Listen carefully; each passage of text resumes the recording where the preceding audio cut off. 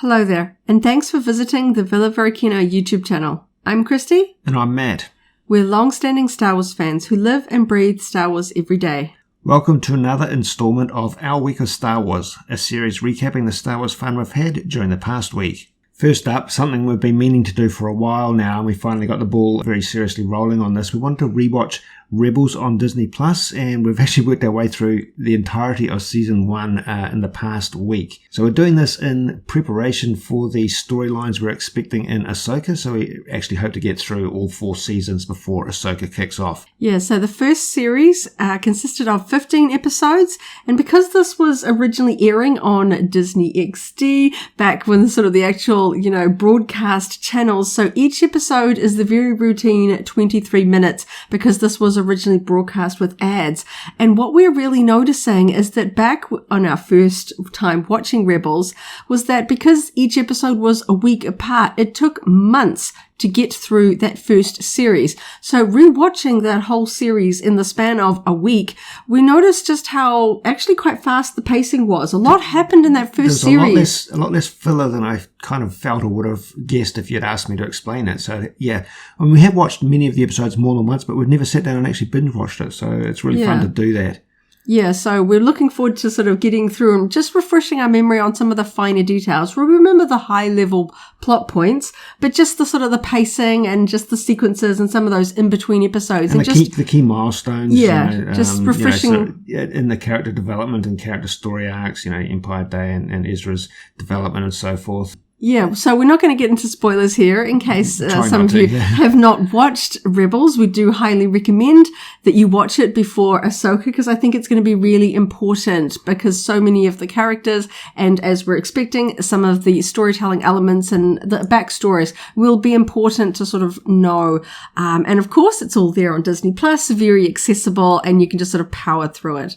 Yeah, so we highly recommend it. We've just kind of inched our way into Season 2, and I suspect that in next week's episode of Our Week of Star Wars, we'll be talking about Season 2 in its entirety, having completed that. But I'll just reiterate that it is really enjoyable and recommended because there's a few multi-episode story arcs that fit really well together. And there's 15 episodes in the first season, you said, and yeah, there's only a few actual story arcs across that with very little filler in between of it, and none of it felt like it was just treading water.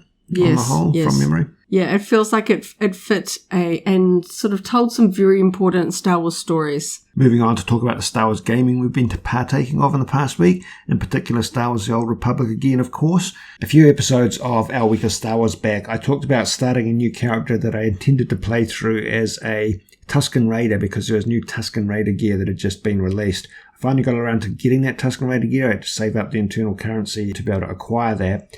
And it looks as good as I thought it would look. And obviously seeing it in game, I unfortunately fell into the trap and I created a new character. I try not to. I do have a lot of characters in Star Wars The Old Republic. So I have created my 45th character.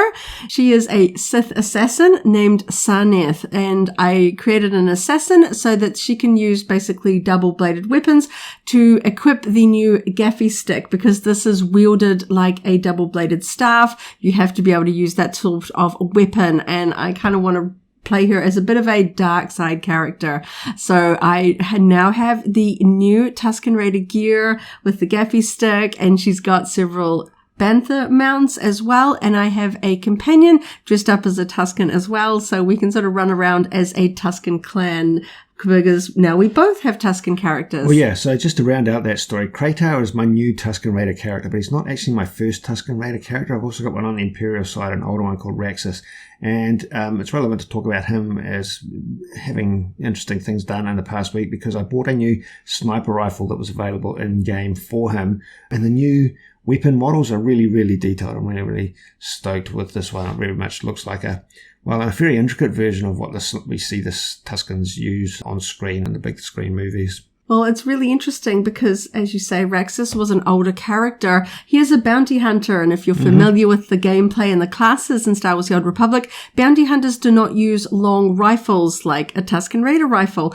But with the new ability to kind of switch around and try different skill classes, it means that a bounty hunter can use sniper rifles as sort of a sniper playstyle, but still being a bounty hunter in terms of the story. So you're able to kind of keep your bounty hunter, but being able to equip the new sort of Tusken-inspired sniper rifle. So you didn't have to create a new character, but I enjoy the character creation process, so I created a new one. I like having a fit between the name, the class, the outfit, and all of that, and it didn't take me too long to create a new name this time, so I'm really happy. Yep, so it's all come together in a really interesting way in terms of a couple of Tusken Raider characters for me and a new Tusken Raider character for you. So that's talking about Star Wars The Old Republic. We just segue into YouTube videos that we published in the past week. And the first on the list is also Old Republic, Knights of the Old Republic this time.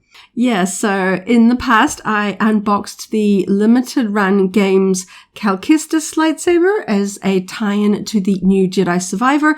But of course, that isn't a typical product from limited run games. They generally do classic beloved video games with a whole sort of array of physical memorabilia, things that didn't really exist when these games launched. And I am a big fan of Knights of the Old Republic. And of course, way back in 2003, 2004, when this game came out on console and PC, there was very little merchandising for Star Wars video games at the time. So jump forward to today, and Limited Run Games did a master edition of Knights of the Old Republic for the PC, which included a huge array of very cool memorabilia and collectibles. We had little mini lightsaber hilts and posters and artwork and an Ebon Hawk pin. And I just absolutely loved unboxing this. I love collecting everything I can from Knights of the Old Republic. So this was on my must-have list. It was a little bit of a wait, but to me it was worth it. I really love the array of things. So I had a lot of fun unboxing this for our YouTube channel. Also in videos we put out in the past week, we unboxed a Micro Galaxy Squadron AAT Trade Federation tank, a Vintage Collection 3.75-inch Ahsoka 332nd Clone Trooper, and from the Black Series, from the Andor Disney Plus series, Mon Mothma as a Senator. That's the first of a bunch of new Andor figures that we'll be unboxing on our channel, so subscribe if you want to keep up to date with our reviews of those new figures. I really enjoyed all of these unboxings. I love that classic AAT tank. I wish I had more of it in the sort of 4-inch action figure scale, so I enjoy having it in this scale. We might even try and pick up another one so we can have a little bit of a droid army there. The Ahsoka Trooper, I absolutely love this figure. So happy that we were able to get our hands on that. And as a Mon Mothma fan, I love that I have a Black Series figure for her from the Andor series. I was really worried because she's not an action character. She doesn't carry weapons. We don't see her sort of in battle. I was worried that they would leave her towards the end of an action figure run, but she was in that first sort of wave alongside the characters like Cassian Andor. So I'm very, very happy. Even though she has no accessories, she's a very cool figure. In terms of Star Wars shopping over the past week, we managed to come across quite a few good discount deals. So I was quite happy with being able to score a few things at reduced prices in particular.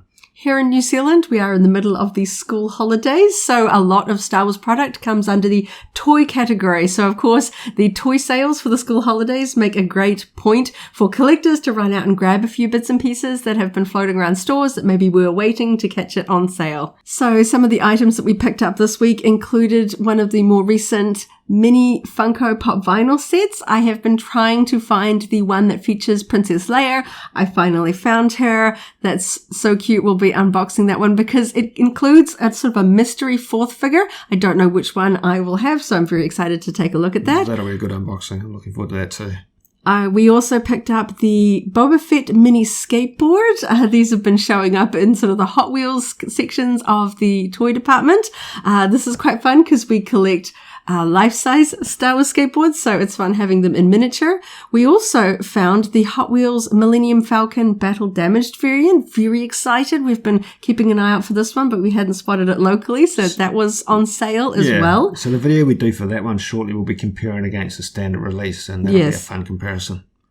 And at another local toy store, we picked up the vintage collection Mace Windu VC35. We hadn't actually seen this one spotted around, but lo and behold, it turned up on clearance for less than half price. So a great addition to our action figure collection. A few weeks back, we talked about picking up some Star Wars trade paperbacks from a local department store, The Warehouse.